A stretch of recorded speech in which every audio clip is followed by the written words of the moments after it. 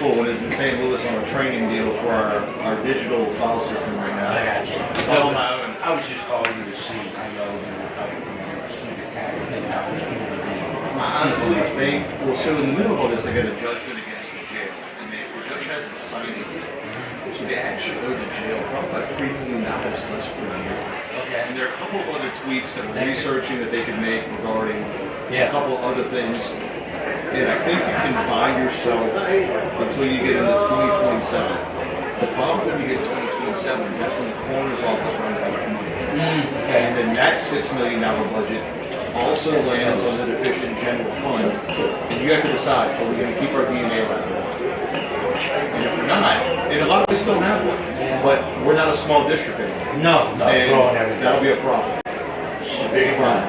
And so we'll exacerbate our situation. But there's some things we can do that'll buy us. We're already funded this year. 2026, I think that they can get by. We go use this track program, get some credibility with the public, reduce tax burden, identify some waste, and I've already identified that they're not even paying my civil department appropriately. Over the last 2 weeks, one of my attorneys, who was a six-figure plus attorney, none of her time has been charged off to the library, and she spent at least for 2 years half her time in the library. And that is a failure in appropriations. And so I've created my own form for them to help them identify how to properly allocate their money to pay the civil department. But it's going to take that team effort. No doubt. But don't get me wrong, my staff is screwed. I've had 2 resignations since that happened. But every year is the end of the fiscal cliff, every year, just since 2018. And keeping everyone, every other office in the state gets to do long-term plans. We haven't been able to do that. And convincing the people that there's a whole set of reasons, none of which are the same as to why there's failure. The amendments, the extension length, the only unincorporated Santana could vote, the fact that it's not a drainage and in the same area drainage historically, you name it.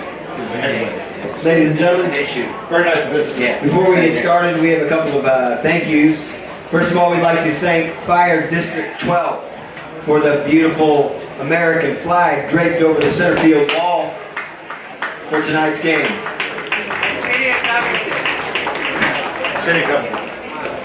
City of Covington, Fire District 12. We'd also like to thank Superior Oyster Company for providing charter and oysters to the St. Paul's families of seniors and players. Thank you very much. Now, welcome to tonight's senior night and a district matchup at the Heat Field, home to the baseball Wolves of St. Paul's School. Tonight's game will feature the Lions of Covington High School versus the Wolves of St. Paul's School here in Covington. Let's get started with the lineups. First, the visiting Lions and head coach Jeff Drag. Leading off, playing right field, number 1, Hunter Spell.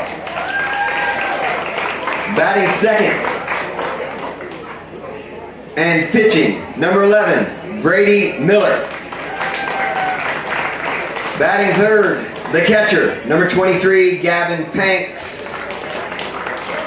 Batting fourth, the designated hitter, number 27, Cameron Brewer. Batting fifth, third baseman, number 9, Joel Heck. Batting sixth, left fielder, number 15, Aiden Ryan.